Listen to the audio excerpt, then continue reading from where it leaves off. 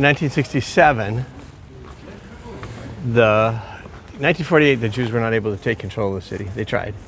And so when the armistice settled out, they did not have control of anything in the Jewish quarter. There was still a small, very small population of Jews that lived in this area right here, Jewish quarter.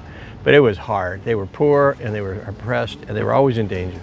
1967, then when the Six-Day War happened, Israel took land from Egypt, took land from Lebanon, and took land from Jordan, all the way down to the Jordan River. And so this side, or the old city of Jerusalem, came into Israeli hands. And so this was a scene of entry as well as this area was really rough in the 48 war. They tried, this is where their last assault was.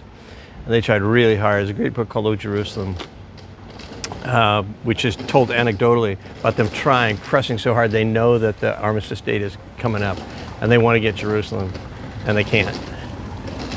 So for 20 years, essentially, they can't do anything in there. So none of the wall was destroyed during the attacks? No. They had this device that was a conical front to it. I've seen a picture of it. Conical front to it. And they thought, if we can just get that up to the wall and ignite it, it is going to blow a hole in the wall, and then we can go in and we can get troops inside instead of trying to go through one of the gates at an unknown spot. So they went up and did it, and the thing blew up, but it blew backwards. It didn't have any effect on the wall. Yeah. So it's not from lack of trying. Yeah. So every single troop that went in here went through the gates. Yeah. That's interesting. Walls still do work. If we kept going that way, is that how you get to the upper room? Yeah, down this side? Yeah. Yeah. The fake upper room. Fake upper room. Inside the gate in Jesus' time. It would have, yeah. So this whole city, up here, as you know, this upper city would have been all the way inside the wall. That's right. I think there's great validity to that area over there. I know I've talked about it before, so I don't need to talk about it again. Unless you want me to talk about it again. I won't talk about it again. I'd like to hear it. I don't mind rehearing things. It's been 4 years. It's long since then. There's a lot you've talked about before. I'm not sure if I've heard it or not. Well, you know where the cenaculum is? You know that room? Yeah. Down below is this cenotaph to David. There's this weird. So we know from Kings that David is 2 Samuel. David is buried in the Kidron Valley. He's down there. But by the time Josephus writes, and by the time the New Testament happens, they place his tomb up here. I have no idea why. But there it is, or how that migration happened, and so it's up here. Okay, so put that as one little token. Another token, John is known here, and there is a house here. John Mark lives here. And so probably, according to Eusebius, John Mark was the boy that ran away naked, in Gethsemane. Mm-hmm. And the story behind that would be he was asleep in the house when the Roman soldiers came to come get Jesus, but Jesus wasn't there. And so he was kind of like, what's going on? And he follows them down to Gethsemane, and that's why he's in his bedclothes. And that's why they grab that, as mean soldiers, and the little boy runs away naked. Comes back up here. So it's like, well, John Mark's house is in Jerusalem. He's here. And then when Peter is freed from jail, he goes to a home that has a servant, Rhoda, and an upstairs, because they're upstairs praying. And you're like, well, okay, where is this? What's going on here? And then, the whole secret thing of the Last Supper. There's two guys, send them in, find the guy with the water, follow him, and finish getting things ready. It's like, well, there's a home somewhere that's going on. Then, in the Pentecost sermon, he makes a point of saying, David said, you will not let your Holy One see corruption. But David's tomb is with us to this day. And you're like, well, same home, same area, because David's tomb is with us to this day, and it's up here. And David is half the sermon, right? Obviously, it's not talking about David. It's talking about somebody else. Your Holy One will not see corruption. All right. Then, after the destruction of Jerusalem, the Christians got out of town, went over to Pella, great archaeology that shows that Christians were in fact over in Pella.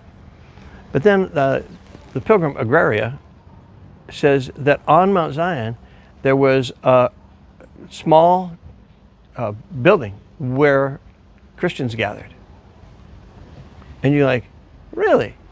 And where was that? So when after 1967, when they came in here, a guy named Pinkerton excavated over there, where in the Seneculum area, and found the prayer niche, which is the direction you would pray, right?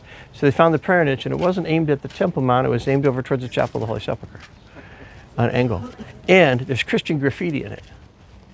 I mean, it's very clearly, Jesus Christ our Savior, Jesus Christ Savior, it says there, Soteria. And you go like, huh. So this became, hello. Hey. Hello.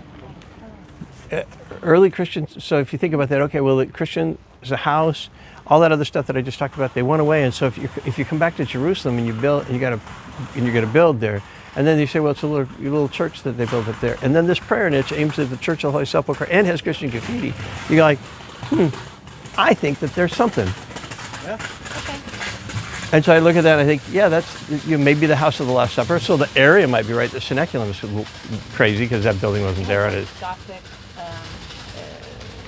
design elements in it. It's clearly like later. Yeah. and a mihrab, which is a Muslim pulpit in it. So it's served as every capacity ever since. But the area is probably, I would say, that both likely the place of the Lord's Supper and place of Pentecost. Do you think David's buried there? Like, will they move No. his- Okay. I think he's down there, or was. Well, that's what I mean. Was. Unless move they, him? Oh, I don't know. unless they Peter moved him with says a so. captivity, like, hey, we're getting captured by the Babylonians. Let's take this Put him body inside? with us, and we'll bring him back. I don't know. Is that common to move? No, it really isn't. But David's David. Well, sure. I don't know. Just what Peter said. If you bring that connection in, it makes you wonder if David's body was in that area. Yeah. And Josephus says that there was a cenotaph and by the tomb of David in the upper city. Okay. And you're like, well, when did that happen? Since then, I mean, yeah. But it just kind of out of the blue. So in Josephus' day, it was up here was a spot. Yeah. In addition, I'm going to go a little bit not actually that's speculative. There's so much in the Gospel of John that overlaps with the Dead Sea Scrolls. A ton. Linguistically, imagery-wise, all the light and dark, the words, everything in there. And this was the Essene quarter up here, with the Essene gate on the far side of it. And they were none too happy with the leaders of Jerusalem, the priests and all that. They were, in protest. They'd participate, and the most radical moved out to Qumran. So we're not even going to do there at all. And so, if you do the math from the book of Acts, about a third of the population of Jerusalem came to faith in Jesus. It's 15,000, 17,000 people here, and 5,000 people, according to the book of Acts, came to faith in Jesus. That's kind of crazy. Mm-hmm. And you go, who are these people? And the Essenes fade off the map. And among the movements, the Sadducees die because there's no priesthood. The rabbis, the Pharisees, become the Talmud, essentially. But where'd the Essenes go? Is it because they were priests and they disappeared without that? Or is it because the things that they were thinking about are actually what Jesus did? And why wouldn't we believe in Jesus? And it says, and a great number of the priests believe as well in the book of Acts. You're like, why? I kind of think the Essenes said, Jesus is the real deal. He's everything we were looking for. And hence the Pentecost experience, the Lord's Supper experience, the disappearance of the Essenes, the church that's there, John being known, John Mark being here, all that, you go like, there's something that's happening up in this area, and there's David's tomb area. Okay, those are my thoughts. I think you're right. And doesn't Jude quote some Essene, some Qumran book? I forget which one it is. He does. Enoch, he quotes and, Enoch. And Jude is Jesus' brother. Yeah. And what else? The Melchizedek scroll. They were looking forward to Melchizedek returning, and you got the book of Hebrews, which could be written by Barnabas, I think. And I think 100% Hebrews God was written to believers here, and I think it was written to the Essenes who are going, well, wait a second, what do we do about the temple now, or what do we do about Moses and all that other stuff? And they're like, oh, Jesus fulfilled it. Right. So you got 3 chapters, I think, about Melchizedek in Hebrews. Yes. And Melchizedek was a fascinating piece of that. And then you also have the sermon in Jesus in Luke 4, where he's quoting Isaiah, and he drops off the end of that section where he's going to bring vengeance. And the people in Nazareth get all torqued off at him. That's a big piece of the Essenes. So it's kind of a conflict with, well, I guess I'm trying to posit a connection not only with Jesus and the Essenes here, but with the Essenes in Nazareth as well. Some influence there amongst Jesus' family and the people of Nazareth. And so when the Essenes have this, we're going to get rid of, they're very messianic, right? And so when Jesus cuts off the anger of God, the wrath of God, that torques them off in Luke 4.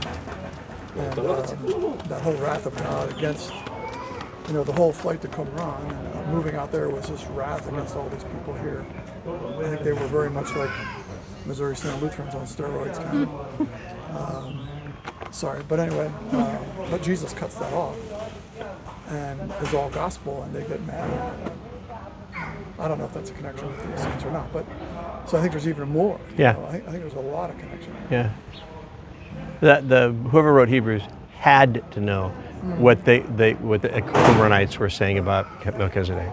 Had to.